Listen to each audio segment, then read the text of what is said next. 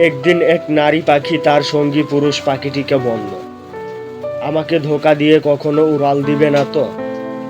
পুরুষ পাখিটি বলল, উড়াল দিলে আমাকে ধরে ফেলবে, যেতে দিবে না। তখন নারী পাখিটি বলল, আমি তো তোমাকে ধরতেই পারবো, কিন্তু এভাবে কি তোমাকে সারা জীবনের জন্য আপন করে পাবো? কথা শুনে পুরুষ পাখিটির চোখ অশ্রুসিক্ত হলো এবং নিজের ডানা ভেঙে ফেলল। তারপর বলল, এখন থেকে আমরা চিরকাল একসাথেই থাকব। একদিন ভয়ানক এক ঝড় এলো। নারী পাখিটি নিরাপদ স্থানের উদ্দেশ্যে উড়তে শুরু করলো। তা দেখে পুরুষ পাখিটি বলল, তুমি চলে যাও, আমি উড়তে পারবো না। ঝড় থামার পর নারী পাখিটি ফিরে এলো। এসে দেখতে পেল তার সঙ্গী মরে পড়ে আছে এবং তার পাশে গাছের ডালে লেখা আছে, যদি তুমি একবারের জন্যও বলতে আমি তোমাকে ছেড়ে যাব না, তাহলে আমি ঝড় আসার আগেই মরে যেতাম না।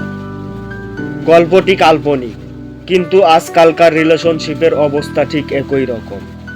কেউ হৃদয়ের গভীর থেকে ভালোবাসে, অন্যজনের কাছে সেটা আবার টাইম পাস। দূর সময়ে কখনোই সে আপনার পাশে থাকবে না। এজন্য বুঝে শুনে রিলেশন করবেন। রূপ দেখে নয়, মন দেখে ভালোবাসুন।